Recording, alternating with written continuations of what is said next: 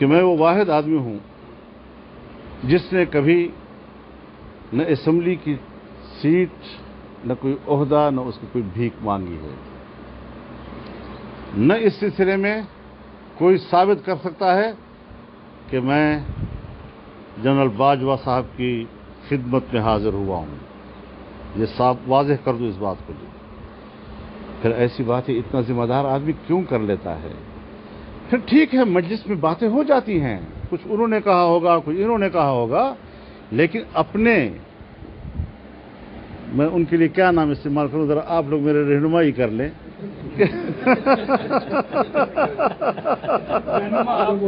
तो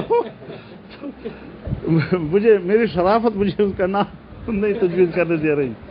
तो वो लोग जो हैं, अब बाहर आकर जो गपशप में कोई बात हो जाती है, इस किस्म की बातें पब्लिक में लाकर क्या पैगाम देना चाहते हैं? बुलाते आप हैं, बुलाते आप उस एजेंडे पे हैं और नशर कर रहे हैं आप दूसरी बातें।